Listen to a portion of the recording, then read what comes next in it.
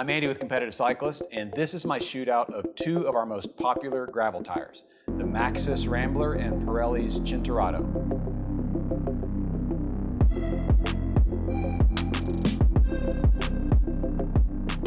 To say there's a truckload of tire options for your gravel bike would be the understatement of the year. Every big tire brand has secured a spot on the bandwagon, and weeding through the mess of widths, tread patterns, rubber compounds, and protective casings has become increasingly difficult. Case in point, a simple search for gravel tires on our website yields 125 results. And when you scroll through all 125, they're not that different visually. The prevailing tread pattern has widely spaced knobs on the side and a tight tread pattern in the middle for low rolling resistance at high speed. Makes sense, that's the spirit of gravel. Go as fast as you can in a straight line and then pray for grip in the corners because your bike is fully rigid and you're counting on the tires to keep you upright. So, it's important to choose the right one. And in my experience, there's really not one perfect tire for gravel. The perfect tire really comes down to where you're riding it and what the conditions are like on that ride or that course. Does that mean you have to get 10 different sets of tires? No, not really. After decades of both mountain bike and gravel racing, I've discovered that you can get away with really two basic tire profiles. Something knobby that sheds mud but still rolls fast, and a low tread tire with a sticky compound and decent side knobs. And that's what we have here. The Pirelli is a fast knobby and the Maxxis is a great low tread, low rolling resistance all-rounder. The Rambler is Maxxis' most popular gravel tire, and I tested the 40C version with EXO and Silk Shield protection. What does all that mean? Well, tubeless tires all have basically the same design. The inside layer is typically a durable and airtight rubber, and there are a few more layers as you go up and out toward the tread. EXO is a sidewall protector they use in almost all of their tires. It's just underneath the surface layer. But the Silk Shield is a bead-to-bead protector that lies closest to the last soft inside layer of the tire. So you essentially get double the flat protection with this version of the Rambler. And let's not gloss over that. Puncture resistance is everything with tubeless gravel tires. Plugs are great, but not for sidewall tears. And getting a tubeless tire seated in the middle of a race with an emergency inner tube can be a nightmare. As an aside, the tread pattern on the Rambler is very reminiscent of the old Maxxis Crossmark, which is one of my favorite all-time mountain bike tires. And if you look closely, you can see the DNA of that high-performing tread pattern in the Rambler. Pirelli's Cinturato is a tire that owes its name to a lineage of tires that go back to the 1950s. Cinturato is Italian for belted, which was derived from their innovative idea to place a robust fabric belt between the tire's tread and body. Like Maxxis, Pirelli is a giant global powerhouse who makes tires for multiple disciplines. And as a longtime F1 fan,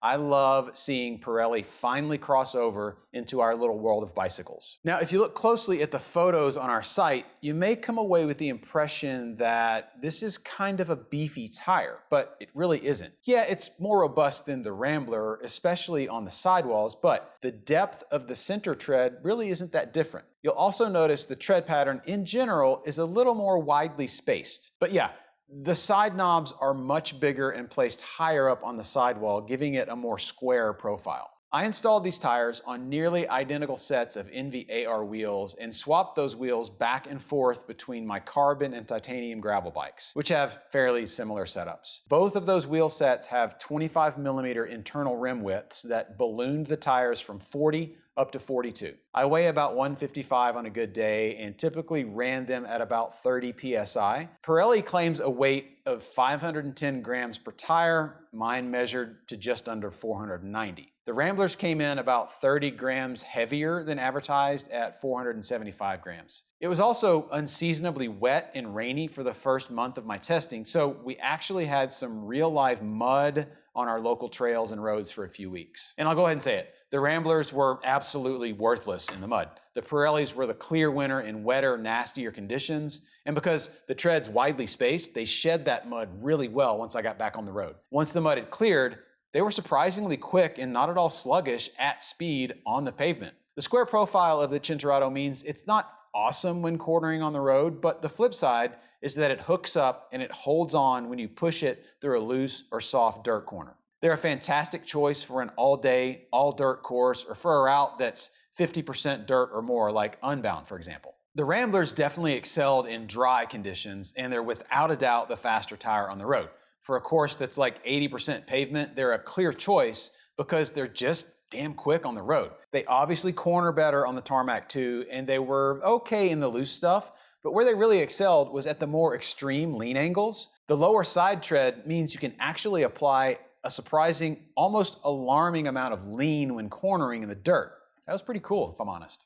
As I alluded to before, these tires are kind of at two ends of the gravel tire spectrum, so it's tough to shoot them out as if they were on equal footing and designed for the same use cases. The Ramblers for dry conditions and the Cinturato is more of an all-rounder. But if you were to force me to choose just one, it'd probably be the Pirellis. Why? Because they're only 15 grams per tire heavier and you get extra beef on the tread, plus amazing dirt, mud, and debris clearance. If you've watched any of my reviews, you probably know that I've always defaulted in the direction of the all-rounder application anyway, so it's not a big surprise that I'd choose the Pirellis. So now let's sit down with Jess for a quick Q&A on these two amazing tires.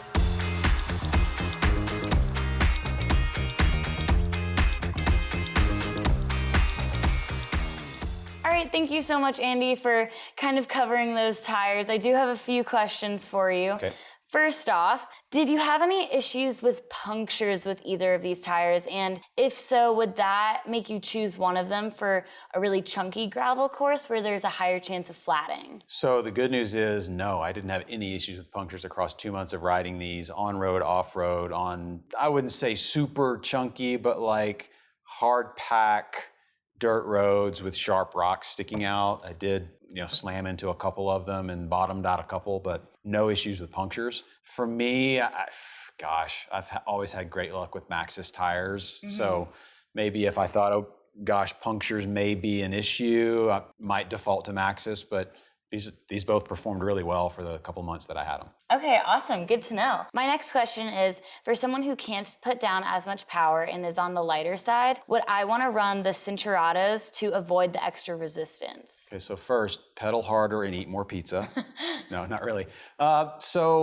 Yeah, I think that's a fair question. And if you're looking for marginal gains and maximizing the power you put into the tires, the Maxxis is hands down the faster tire on the pavement, in the dirt. And I think as an added bonus, if you are lighter, you may not need as big and as chunky as a tread when you're on the dirt. Mm-hmm. Maybe, I don't know, my reasoning may be off there. Maybe you do need bigger knobs because you're lighter so that it'll give you more grip. I don't know. I'd love to hear people comment on what they've used to get grip as they're lighter. Yeah, that's an interesting one. I'm curious what people have to say. If you're heavier and you do eat that large pizza, will you sink deeper into the dirt and get better grip?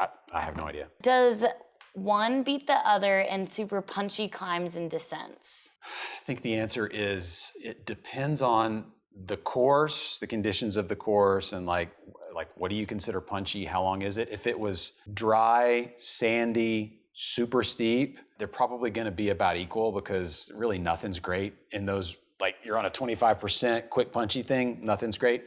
If it's wet, if it's the slightest bit muddy, do not use the Maxxis. Okay. I went through a lot of those exact scenarios, rode in like a super rutted out trail.